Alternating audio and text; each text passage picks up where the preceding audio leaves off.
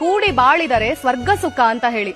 ಅಂತ ಒಂದು ಮಾತಿರುವಾಗ ಅಲ್ಲೇ ಗೊತ್ತಾಗ್ಬಿಡತ್ತೆ ನಮಗೆ ಕೌಟುಂಬಿಕ ವಾತಾವರಣ ಅವಿಭಕ್ತವಾಗಿದ್ದಾಗ ಮಾತ್ರ ಅದು ಸ್ವರ್ಗ ಸುಖದಂತೆ ನಮಗೆ ಬದುಕು ನಡೆಯುತ್ತೆ ಅಂತ ಹೇಳಿ. ಏನಿತ್ತು ನಮ್ಮ ಅವಿಭಕ್ತ ಕುಟುಂಬದಲ್ಲಿ?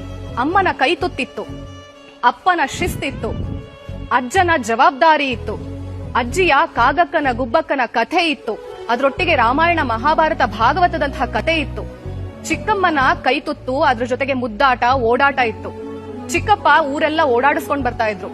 ದೊಡ್ಡಪ್ಪ ದೊಡ್ಡಮ್ಮ ಹೀಗಲ್ಲ ಹೀಗ್ ಮಾಡು ಅಂತ ಹೇಳಿ ಕಿವಿ ಮಾತನ್ನ ಹೇಳ್ತಾ ಇದ್ರು. ಅತ್ತೆ ಮಾವ ಊರಿಂದ ಬಂದಾಗ ತನ್ನ ಎಲ್ಲ ಅಲ್ಲಿರುವಂತಹ ಚಾಕ್ಲೇಟ್ ಆಗ್ಲಿ, ಸಿಹಿ ತಿಂಡಿಗಳಾಗ್ಲಿ, ತಿನಿಸುಗಳಾಗ್ಲಿ ಊರಿಂದ ತಗೊಂಡ್ ಬರ್ತಾ ಇದ್ರು ಅತ್ತೆ ಮಾವ. ಅಂತ ಒಂದು ಕೂಡಿ ಬಾಳಿದರೆ ಸ್ವರ್ಗ ಸುಖ ಅನ್ನೋ ಒಂದು ಅವಿಭಕ್ತ ಕುಟುಂಬವನ್ನ ಬಿಟ್ಟು ವಿಭಕ್ತ ಕುಟುಂಬಕ್ಕೆ ಹೋದ್ರೆ ಅಲ್ಲಿ ಏನಿದೆ ಮಾಮ?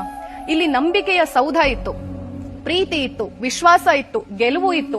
ಎಲ್ಲಾದ್ರೂ ಒಂದ್ ಕಡೆ ಸೋತಾಗ ಮತ್ತೆ ಎಬ್ಬಿಸಿ ನಿಲ್ಸುವಂತಹ ಒಂದು ಪ್ರಮೇಯ ಇತ್ತು. ಪ್ರತಿಯೊಬ್ರು ಏನೋ ಒಂದು ವ್ಯತ್ಯಾಸ ಆಯ್ತು ಬದುಕಿನಲ್ಲಿ ಅಂದಾಗ ಆ ಮೊಮೆಂಟಿಗೆ ಗೊತ್ತಾಗ್ಬಿಡ್ತಿತ್ತು, ಆ ಕ್ಷಣದಲ್ಲಿ ಯಾರೋ ಒಬ್ರು ಬಂದು ಬೆಂತಟ್ಟಿ ಏನಪ್ಪಾ ಏನಾಯ್ತು, ಹೀಗಲ್ಲ ಹೀಗ್ ಮಾಡು ಅಂತ ಹೇಳಿ.